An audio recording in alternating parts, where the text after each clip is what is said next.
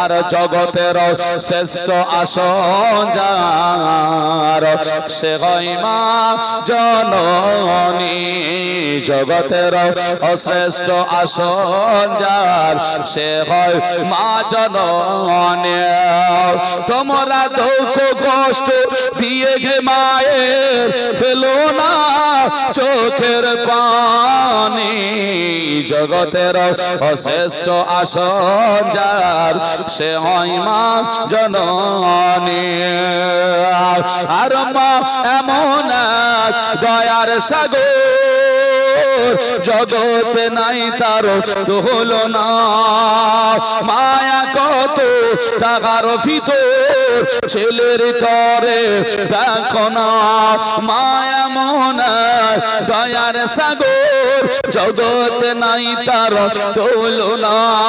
মায়া কত টাকার ভিতর ছেলের তরে দেখো না। চাই চলে যাও মায়ের কাছে টাকাই দিতে মা রাজি আছে।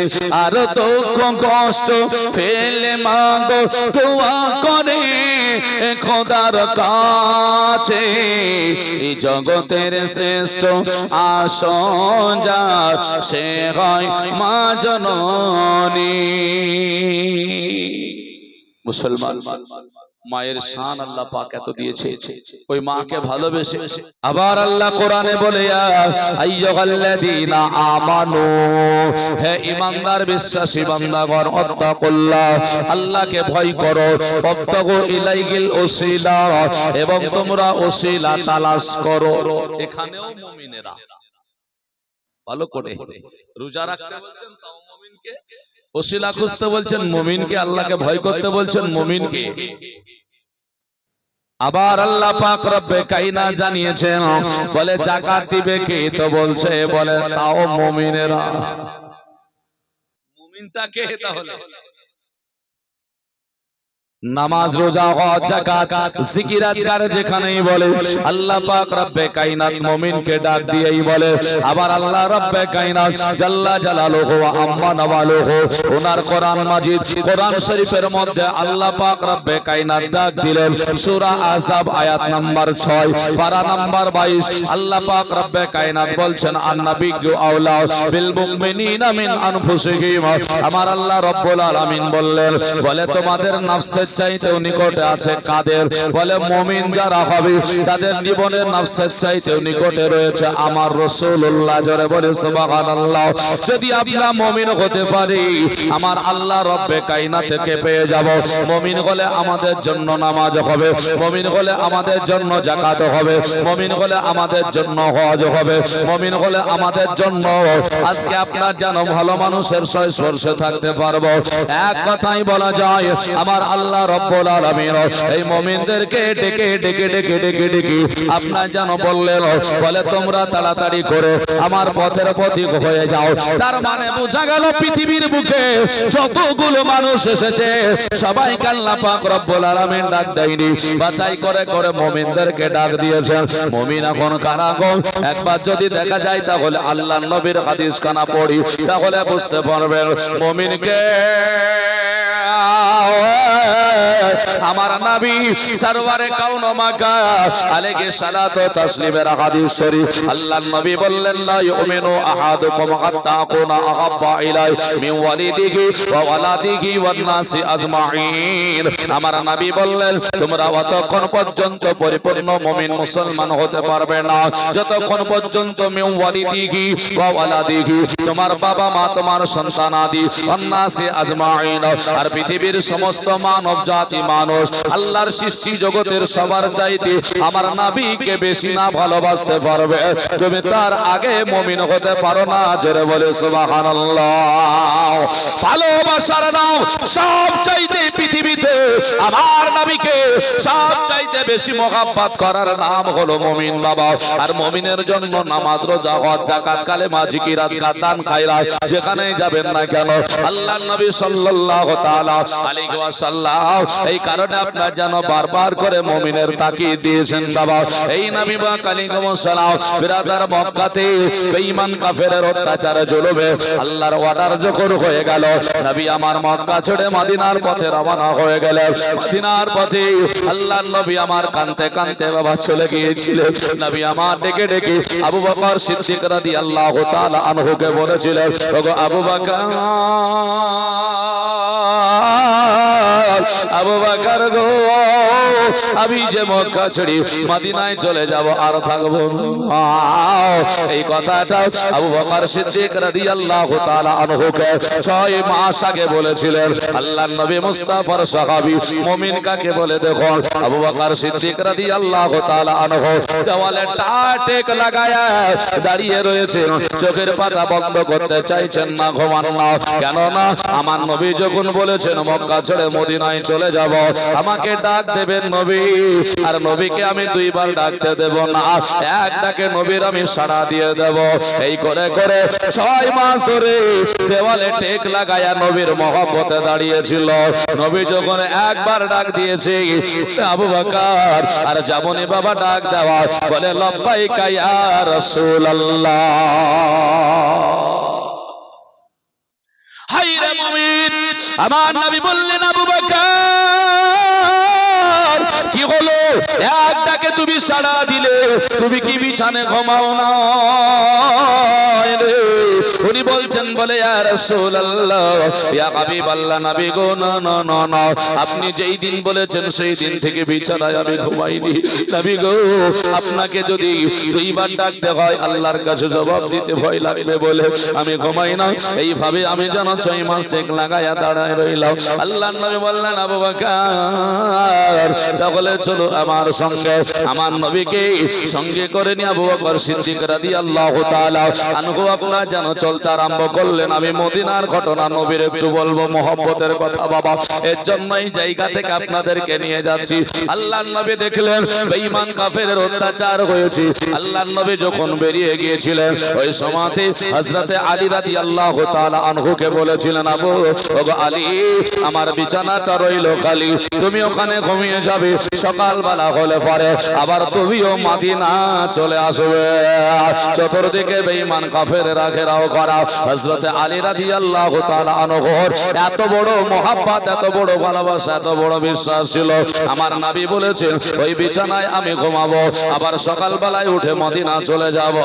এই মানে হলো হযরত আলী মনে করলেন হাজার হাজার কেন লাখ কোটি যদি বেঈমান কাফেররা আমাকে ঘেরাও করে, তবু আমাকে মারতে পারবে না, কারণ নবী বলেছেন আমি মদিনায় যাব। জোরে বলা যাবে না? আর আমাদের বললে ওরে বাবা, নবী তো ভাই জানতো না, বাংলাদেশ না কি বলে, একবার হাওয়া এমনি চলে আসছে। মোবাইল খুললেই আরে নবী লেখা পড়া জানতো না। মসজিদে গিয়ে ইমাম মুক্তাদির মেল নাই, আছে আপনাদের দিকে আছে? ইমাম বলছে আল্লাহু আকবার, বলে নাভির নিচে হাত বাঁধো, বাঁধছে কেন? ভালো করে জানেন আছে না নাই? ইমাম বলে জোরে আমিন বলা যাবে না, আরো জোরে আমিন বলে। নামাজ শেষ হয়ে গেল, ইমাম এখন দোয়া করবে, বলছে দোয়া করা যাবে না। তো যে মসজিদে ইমাম আর মুক্তাদির মধ্যে মেল হয় না, ও জাতি মসজিদের বাইরে এক হবে? মার খাবে না তো কি খাবে? মুসলমান আমার ভাইরা শুনুন, এর জন্য আপনার মসজিদে ইমাম মুক্তাদি যতদিন পর্যন্ত অক্ষ না হতে পারবে, আল্লাহ পাক রব্বে কায়নাত আপনাকে ঐক্য বানাবে না। কোরআন পাকের মধ্যে আল্লাহ বলেছেন ওয়াতাসিমু বিহাবলিল্লাহি জামিআ ওয়া লা তাফাররাকু। আল্লাহ বললেন তোমরা ঐক্য হয়ে যাও, একে অপরের পার্থক্যকারী হয়ে যেও না। মুসলমান আমার ঐক্যের ডাক দিতে বলেছেন, বিভেদের নয় বাবা, এর জন্য ঐক্য হতে হবে। ইমাম সাহেবের মতো করে আমাদের চলতে হবে বাবা, চলুন এগিয়ে যাই। আল্লাহর নবীর সাহাবী আপনার যেন গুটি গুটি পাই আমার নবীকে নিয়ে মদিনাতে রওনা হয়ে যায়। আল্লাহর নবী মদিনায় চলে গেলেন। মদিনায় গিয়ে আপনার যেন হাজিরি দিয়ে ফেললেন। মদিনার মানুষেরা আমার নবীকে মারহাবা মারহাবা বলে আপনার যেন আপ্যায়ন করে নিয়েছিল, স্বাগতম জানিয়েছিল। মারহাবা বলে আপনার যেন গ্রহণ করে নিয়েছিল। যে বলে আমার বাড়িতে আসুন, ও বলে আমার বাড়িতে আসুন, ও বলে আমার বাড়িতে আসুন। এই করে করে আমার নবীকে বলে হুজুর আপনি চলে আসুন, চিন্তা করবেন না। আল্লাহর নবী দেখলেন বলে আমি যদি যাই আব্দুল্লাহর বাড়ি তাহলে আজকে অন্যজন রাগ করবে, আমি যদি যাই আব্দুল জব্বারের বাড়ি আরেকজন রাগ করবে। আবার যদি চিন্তা করলেন আমি যদি চলে যাই আব্দুর রশিদের বাড়ি আরেকজন রাগ করবে। আল্লাহর নবী বললেন না, উনি যে উটনির পিঠনে আপনার পিঠে জড়িয়েছিলেন ওই উটনিটাকে বললেন উটনি রে আজকে তোকে চলে যেতে হবে, যেই বাড়িতে তুই বসে যাবি ওই বাড়িতে আমি নবী আশ্রয় নেব। জোরে বলে সুবহানাল্লাহ। মুসলমানেরা ধ্যান দেবেন, কোরআনের একটা আয়াত দেব বাবা, একটা আকাইদের কথা বলবো, এখানে জন্ম এগিয়ে এসেছি। আল্লাহর নবী উটনি যেই বাড়িতে বসবে ওই বাড়িতে নবী পাক আলাইহিস সালাম আপনারা যেন আশ্রয় নেবে গো, আশ্রয় নেবে। এই জন্য নবী পাক আলাইহিস সালাম উটনিকে হুকুম দিলেন। উটনি যেতে যেতে যেতে একটা বাড়িতে গিয়ে আশ্রয় নিয়ে নিল। বাড়িওয়ালার নাম জানা আছে? ওয়াজ অনেক শুনেছেন, শুনেন ভালো করে। বাড়ি যেই বাড়িতে উটনিটা গিয়ে বসেছিল ওই বাড়িওয়ালার নাম ছিল আইয়ুব। কি নাম ছিল? আইয়ুব। উটনি গিয়ে বসে গেল। আমার নবী মুস্তাফা সাল্লাল্লাহু আলাইহি সাল্লাম কি বললেন জানেন? ওনার নাম হয়ে গেল আইয়ুব আনসারী। কি নাম হলো? আইয়ুব আনসারী। আনসারী কেন হলো? নবী বললেন এ আইয়ুব মাদাদগার, তুমি সাহায্যকারী। জোরে বলি সুবহানাল্লাহ। একটু জোরে বলা যাবে না? মুসলমানেরা, নবী বললেন আইয়ুবকে তুমি হলে সাহায্যকারী। আর আমরা যদি কাউকে বলছি আল্লাহ ব্যতীত সাহায্যকারী, ও বলছে শিরক হয়ে গেল। বলে না বলে না? প্রথম যদি ফতোয়া খাই তো নবী খাবেন? হ্যাঁ, নবী বললেন আইয়ুবকে তুমি হলে সাহায্যকারী। কোরআন থেকে দলিল নেবেন, অন্য কারো কাছে চাইতে হবে যার কাছে যে হক সেটা। কোরআন শরীফ সূরা নিসার 63 নম্বর আয়াত, 63 নম্বর আয়াতে। আচ্ছা বলেন আপনারা গুনাহ করলে পারে কি তওবা করেন? আমরা তওবা পড়ি না, আস্তাগফিরুল্লাহ রাব্বি মিন কুল্লি যামবিন ওয়া আতুবু ইলাইহি, এই তওবা পড়েন তো নাকি? জানি না আমাদের ওইদিকে কিছু মানুষ হয়েছে এরা বলছে মাজারে যাওয়া যাবে না, পীরের কাছে যাওয়া যাবে না, ওলির কাছে যাওয়া যাবে না, মৌলবীর কাছে যাওয়া যাবে না, আল্লাহ ব্যতীত কারো কাছে যাওয়া যাবে না। এখন এই আয়াতটাতে কি বলে ওটা বলে জীবনীটা ছাড়বো না। খুব মূল্যবান একটা মদিনার কথা বলবো, মসজিদ সম্পর্কে বলবো, মসজিদে নববীর একটা ঘটনা বলবো।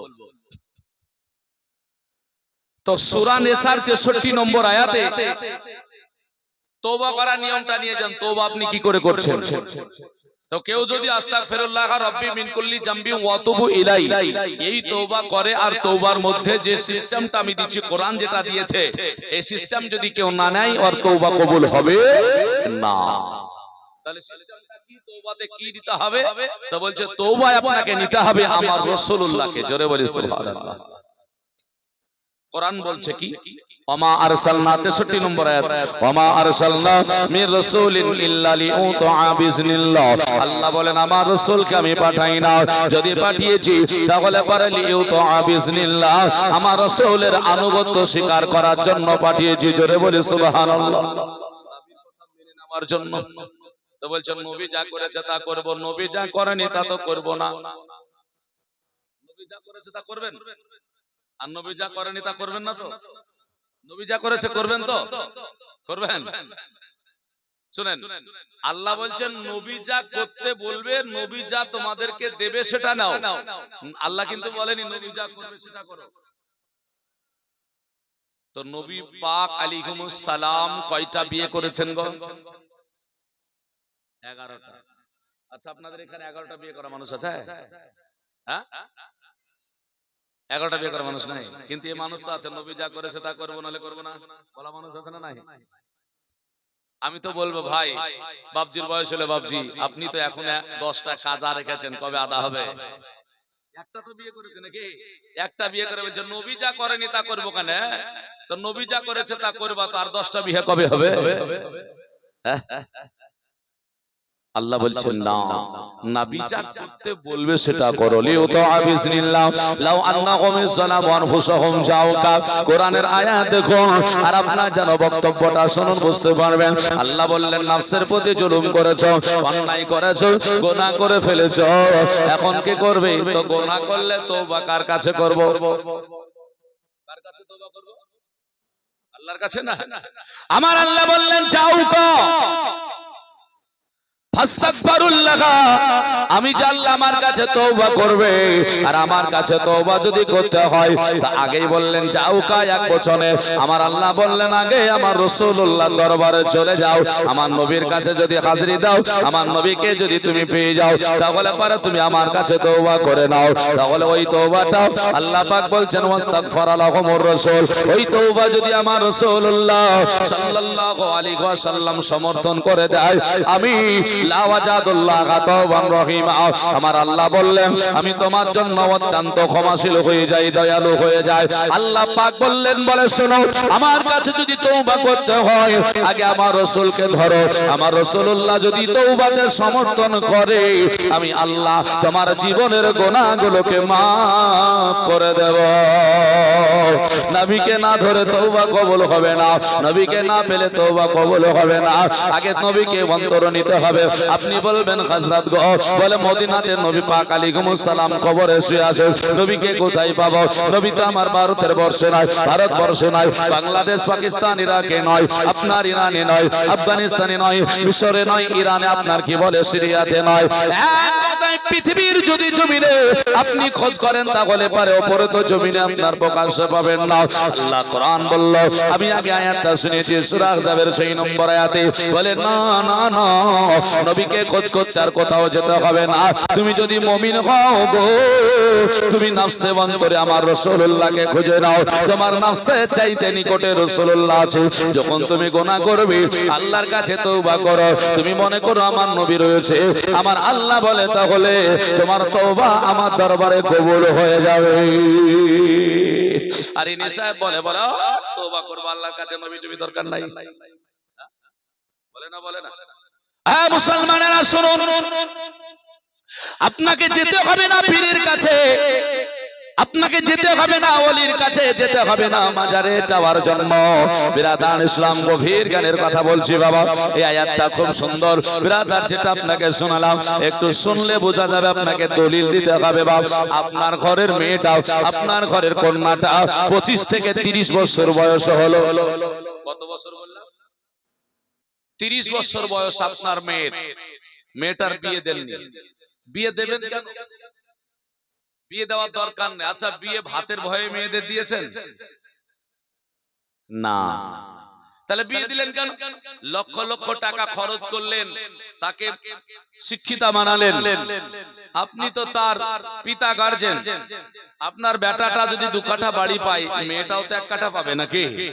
1 কাঠা দিয়ে দেবেন, থেকে যায় এখানে। বলে কেন? বলে বিয়ে দেব না, তোর এখানে থাকবে, তোকে ভালোবাসি, তুই আমার বাড়িতেই থাকবি, থেকে গেল। এখন আপনার মেয়েটা একেবারে পরহেজগার, বলে এই পরহেজগার নামাজ কাজা করে না, হজ করেছে, যাকাত দেয়, জিকির আজকার করে, পুরুষের মুখ দেখেনি, পুরুষ তাকে দেখেনি, এত পরহেজগার, ইসলামের সমস্ত কায়দা কানুন আছে। মেয়েটাকে বলুন বেটি রে, মেয়েরে তোর তো বিয়ে দিইনি, এক কাজ কর, বলে কি আল্লাহ পাকের কাছে একটা বাচ্চা চেয়ে নে। কথা বুঝতে পারেননি বুঝি?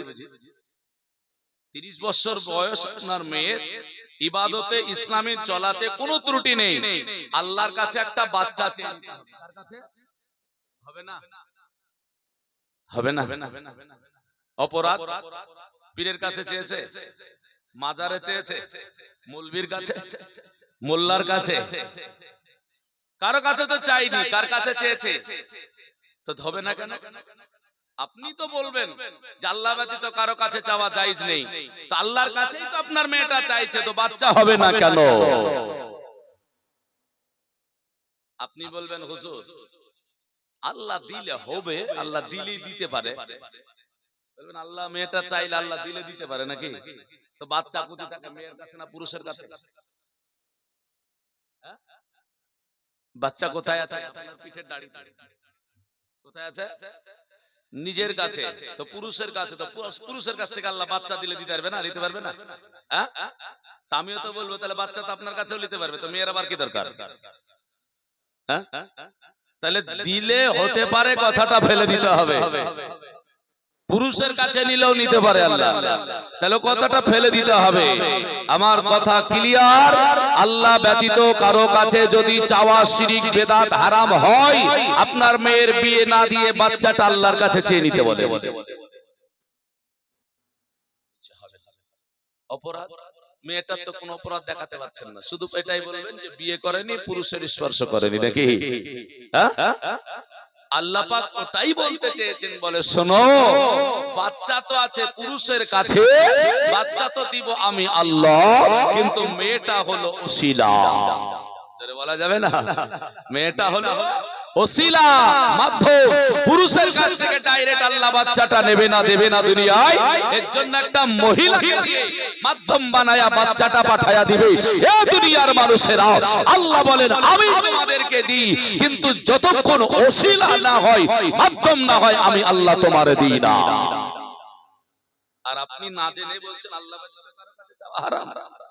আমি তো আসল জায়গায় এবার হাত দিয়েছি, আপনি যা মেয়ের বিয়ে দিয়েন না, বলেন মেয়েকে চাইতে। দেখেন কোন জায়গায় কোন পৃথিবীর কোন উলামা, কোন পৃথিবীর কেউ দলিল কাটতে পারবে না, যেহেতু কোরআন থেকে দলিল দিয়েছি আর যুক্তিটাও দিয়েছি।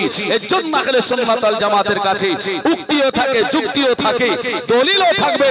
ব্রাদার ইসলাম, আপনার কথাও থাকবে। এখানে আপনি আসুন, তাহলে বুঝে যাবেন বাইরে চিৎকার করে কোনো লাভ নেই। যেখানে যেটা চাওয়ার সেখানে চাইতে হবে। মহান আল্লাহ নিজেই বলেছেন আতিউল্লাহ ওয়া আতিউর রাসূল উলিল আমরি মিনকুম। আল্লাহ বলেন আমার ইতাআত করো, রাসূলের ইতাআত করো, আর রাসূল যেটা দেবে সেটা তোমরা সদরে গ্রহণ করো। জোরে বলে সুবহানাল্লাহ। তো রাসূল নিজেই বললেন একজনকে মাদাদগার, সাহায্যকারী। অতএব আমরা কাউকে সাহায্যকারী বলতেই পারি মুসলমান, সেটা যদি তার হকে হয়। যেমন ইবাদত করা, আল্লাহ ব্যতীত কারো জন্য সিজদা করা যেমন জায়েজ নয়, ওটাও হারাম, ওইরকম বলতে পারি আল্লাহ ব্যতীত কাউকে সিজদা করলে সেটা হারাম হয়ে যাবে। বুঝার তৌফিক দান করুক সকলে, বলি আমিন। জমজম করে দরুদ পড়ো আল্লাহুম্মা সাল্লি আলা মাওলানা মুহাম্মদ ওয়া আলা আলি সাইয়্যিদিনা মোহাম্মদ সৈয়দি আলাম নবীজি শাহে মদিনা, মদিনা যাইতে নবী হলেন রাওয়ানা, মদিনা যাইতে নবী হলেন রাওয়ানা। জানের সাথী আবু বকর, আর জানের সাথী আবু বকর, নবীর সাথে যাব বলে হইলেন তৈয়ার।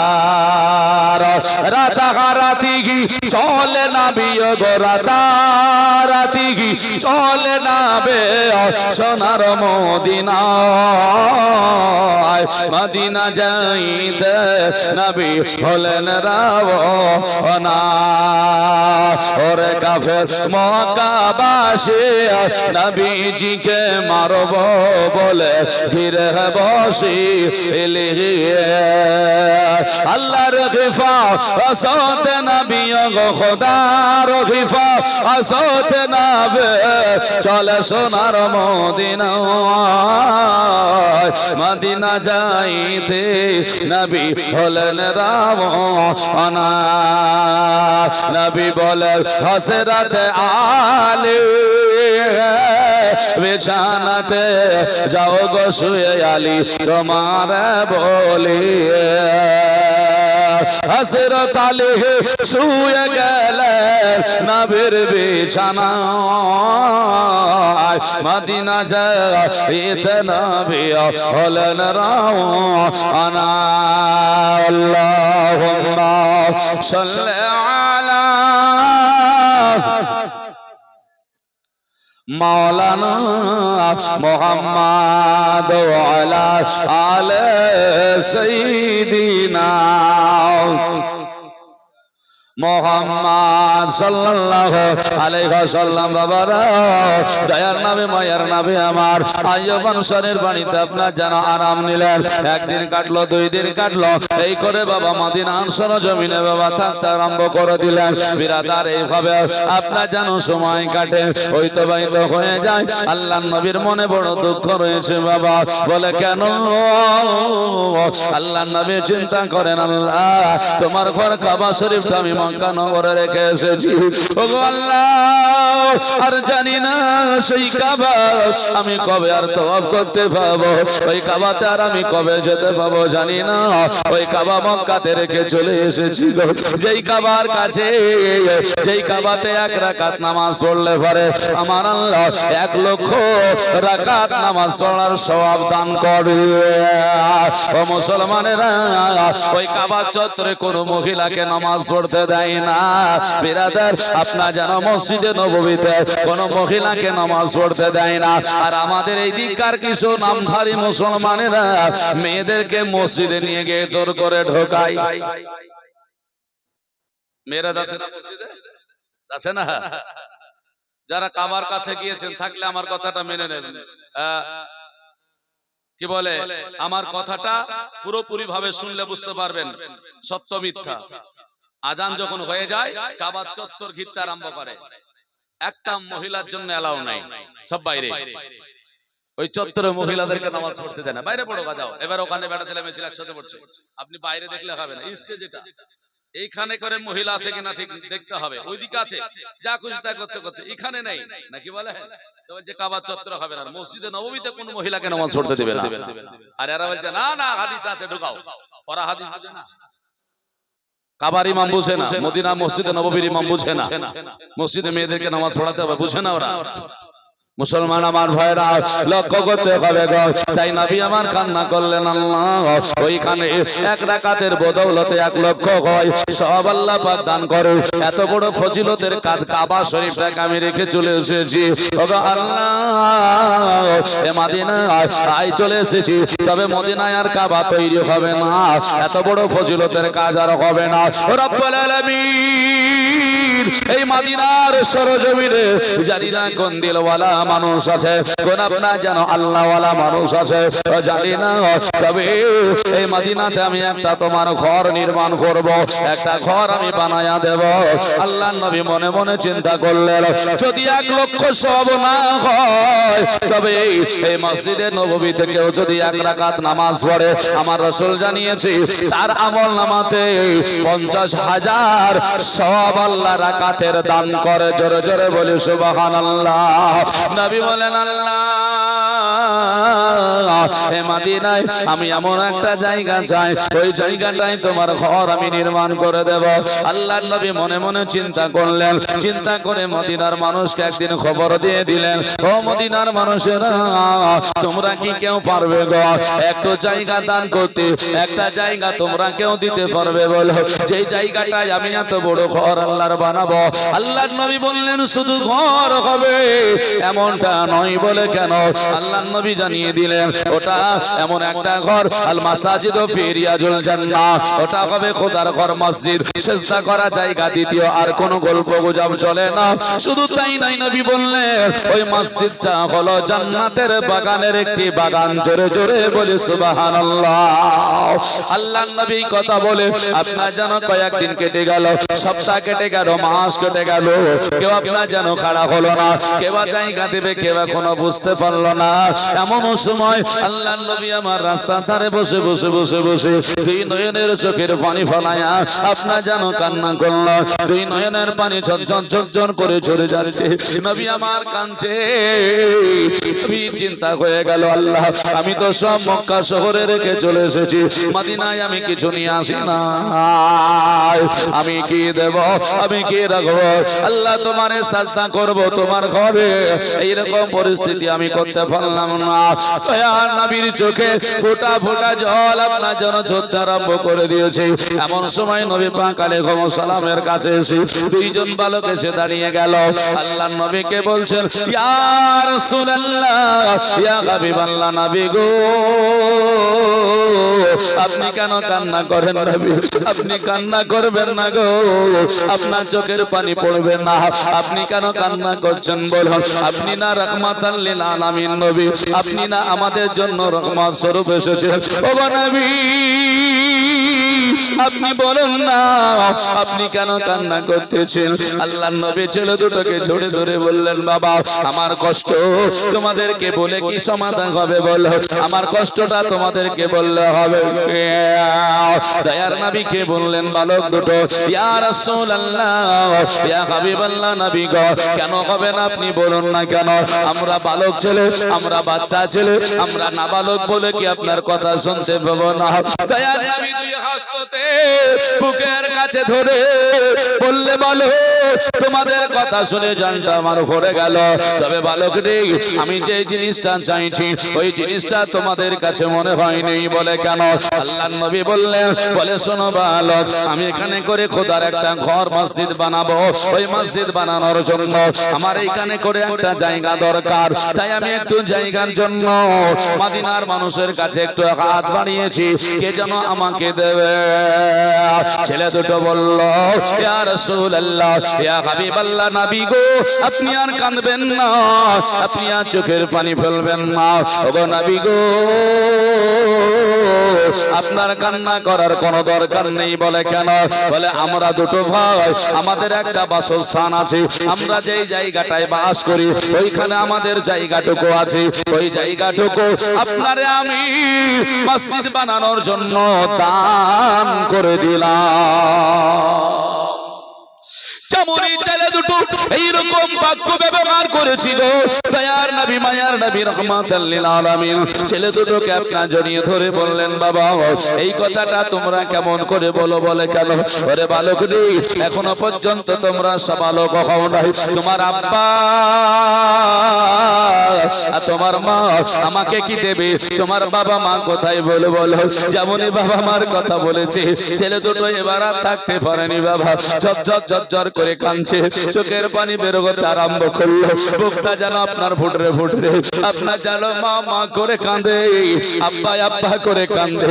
দয়ার নবী রাহমাতাল লিল আলামিন এতিমের সাহারা নবী মুস্তাফা দয়ার নবী আমার বলেছে, পৃথিবীতে যার কেউ নেই, আমি রাহমাতাল লিল আলামিন রয়েছি। নবী আমার মাথায় হাত বুলাইয়া বলে, তোমরা মা মা করে কাঁদো কেন? বলো। তোমরা আব্বা আব্বা করে কাঁদো কেন? বলো।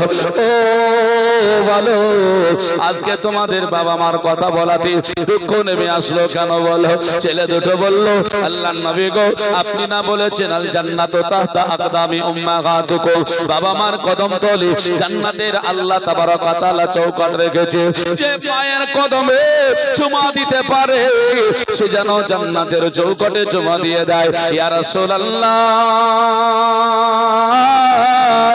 আমার মা নাই, আর একজন বলে আমার মা নাই, দুনিয়ার বুক থেকে বিদায় নিয়েছে, আমার আব্বা নয় দুনিয়ার বুক থেকে বিদায় নিয়েছে। ওগো নবী গো এর জন্য বাবা মার কথা বলা তো আমি থাকতে পারলাম না, চোখের পানি ফেলায়া কাঁদে। নবী দেখলেন, বলে ছেলে দুটো বাবা হারা মা হারা, বুকে জড়িয়ে ধরে আপনার যেন মাথায় হাত বুলিয়ে বললেন, বাবা কাঁদিস না রে, কাঁদিস না, আমি রাহমাতাল লিল আলামিন আমি তোদের জন্য রয়েছি। তবে বালক রে আমি তোদের কাছে জায়গা চাই না, আমি তোদের কাছে জায়গা নিতে চাই না। ইয়া রাসূলুল্লাহ বলে, হুজুর কেন? আল্লাহর নবীকে বলছেন, হুজুর কেন নেবেন না? বলো। আল্লাহর নবী বললেন, বালক বাবা মা যদি দুনিয়া থেকে চলে যায়, আর মাও যদি চলে যায়, আর বাসস্থান ব্যতীত কোথাও যদি জায়গা না থাকে, কোথাও আপনার যেন কি বলে বাস করার জন্য জায়গা না থাকে, একটু দাঁড়ানোর জন্য জায়গা জায়গা না থাকে তাহলে পারে তোমরা আজকে ওই জায়গা দিয়ে কোথায় দাঁড়াবে বলো? ছেলে দুটো আপনার যেন বলে ইয়া রাসূলুল্লাহ ইয়া হাবিবাল্লাহ নবী গো আপনি চিন্তা করবেন না, চিন্তা করবেন না। বলে কেন? বলে আমার বাবা মা চলে গিয়েছে, আপনি না বলেছেন সাদকাতু তারাতুল বালা, সাদকা করলে বালা মুসিবত দূর হয়ে যায়, তাই মরে চিন্তা করলাম আজকে একটা সুযোগ পেয়ে গিয়েছি, আজকে একটা সুযোগ চলে এসেছে আমাদের কাছে। আপনি যখন খোদার ঘর বানানোর জন্য আমাদের কাছে হাত বাড়াইয়া দিয়েছেন, বুখারী শরীফের হাদিসে আল্লাহর নবী এটাও বলেছেন মান বানা মসজিদান লিল্লাহি বানাল্লাহু লাহু বাইতান ফিল জান্নাহ। আল্লাহর নবী হাদিস শরীফে বললেন কেউ যদি মসজিদ বানাতে অর্থ দান করে আমার আল্লাহ রাব্বে কায়নাত জানালেন তোমার অর্থ দিয়ে যেমন মসজিদ হলো তেমন করে আল্লাহ পাক তোমার জন্য জান্নাত বানায়া দিল। দ্বিতীয় হাদিসে আল্লাহর নবী আমার এটাও বলে দিয়েছেন মান বানা মসজিদান লিল্লাহি বানাল্লাহু লাহু মিসলাহু ফিল জান্নাহ। আল্লাহর নবী বললেন তুমি যেমন করে সুন্দর মসজিদ বানালে তার চাইতে তোমার জন্য কোটি গুণে আমার আল্লাহ রব্বে কায়নাত একটা জান্নাত তোমাকে দান করবে, জান্নাত বানালো। জোরে জোরে বলি সুবহানাল্লাহ। ছেলে দুটো বলে ইয়া রাসূলুল্লাহ ইয়া হাবিবাল্লাহ নবী গো আমার বাবা মা অনেক গুনাহগার, অনেক গুনাহ করেছে, কবরের বুকে সে শায়িত আছে। কবরটা আপনারা জানো যেমন তেমন জায়গা নয়, কবর কঠিন জায়গা বাবা। কবরে তিনটা প্রশ্ন হয়, চারটা হয় না, কবরে দুটো প্রশ্ন হয়। বিরাদার কবর খুব ভয়ানক জায়গা, যে একবার গিয়েছে সেই জানে বাবা গো। এই জন্য বলে ছেলে দুটো বলে হুজুর এই জায়গাটুকু যদি আজকে বাবা মার জন্য সাদকা করতে পারি অন্তর থেকে এটা জানতে পারবো যেই বাবা মার ওসিলাতে, যেই বাবা মার কারণে আমরা দুনিয়া পেয়েছি, নবী আপনাকে পেয়েছি, আমরা সবার জগতে ঘুরতে পারছি, ওই বাবা মার জন্য এই জায়গাটুকু দান করে দিলাম। ওগো নবী আপনি গ্রহণ করে নেন আর আল্লাহর কাছে দোয়া করে দেন আমার বাবা মা যেন জান্নাতি হয়ে যায়। মুসলমান আমার ভাইরা যেমন এই কথা বলা সঙ্গে সঙ্গে আপনার যেন নবী পাক আলাইহিস সালাম অবাক হয়ে গেলেন। আল্লাহ এত বড় দিলওয়ালা, এত বড় মনওয়ালা, এত বড় ভাগ্যবান, এত বড় আপনার মহান, এত বড় মর্যাদা, এত বড় আল্লাহ তুমি তার দান করাইছো যারা এখনো সাবালক হয়নি, নাবালক অবস্থাতে বাবা মার শান বুঝেছে, বাবা মার মর্যাদা বুঝেছে, তারা সাদকা বুঝেছে, তারা আপনার যেন কি বলে দান বুঝেছে। আল্লাহ আল্লাহ আমার নবী বললেন আল্লাহ গো তোমার এই বালক দুটোকে আল্লাহ তুমি কবুল করো, এই তোমার বান্দা দুটোকে কবুল করো রব্বুল আলামিন। ওগো আল্লাহ তোমাকে আরো আমি নবী পাক আলাইহিস সালাম বলি এই বালক দুটোকে কবুল করে নাও, কবুল করে নাও। দয়ার নবী রাহমাতাল লিল আলামিন সঙ্গে সঙ্গে আপনি জানো ওই বালক দুটোর জন্য দোয়া করলেন আর বালক দুটোর বাবা মার জন্য দোয়া করলেন। জোরে জোরে বলি সুবহানাল্লাহ। এ মুসলমান আমার ভাইরা আল্লাহর নবী যেমন এই কথা বলো ছেলে দুটোকে আমার নবী আবার বললেন বলো আজকে বলো বলো আমি যদি জায়গাটুকু নিয়ে খোদার ঘর বানায়া দিই তাহলে তোমরা থাকবে কোথায় বলো, তোমরা আশ্রয় নেবে কোথায় বলো? ওই ছেলে দুটো বলে হুজুর সকাল যখন হবে আপনার দরবারে চলে যাব, হাদিস ও কোরআন শুনবো আর আমরা দিনটা কাটায়া দেব। আবার যখন মাগরিবের আজান হবে, মাগরিবের সময় হয়ে যাবে, আমরা জানো তাবু এত বড় মরুভূমি মদিনায় পড়ে আছে, মরুভূমির কোন প্রান্তরে একটা তাবু গড়ে দেব, দুটো ভাই আমরা গলা জোড়ে ধরে থাকবো, আমরা এখানে করে এইভাবে রাত দিন কাটায়া দেব। আর একবার জোরে জোরে বলি সুবহানাল্লাহ। ও আমার ভাইরা গো পৃথিবীর বুকে মসজিদের শান কত আল্লাহ দিয়েছে, মসজিদের শান আপনার যেন কত দিয়েছে, মসজিদের মর্যাদা কত দিয়েছে। মদিনায় যাওয়ার পরে আল্লাহর নবী আমার এটা যেন বুঝিয়ে দিলেন। এর জন্য পৃথিবীর মুসলমানেরা হে ইমানদারেরা আমাদের প্রত্যেককে খোদার ঘর মসজিদকে বোঝার একটু দরকার আছে। নবী আমার দোয়া করে দিলেন। বালক দুটোকে আর কি বলেছেন, বালক দুটো কি করেছে, নাম কি?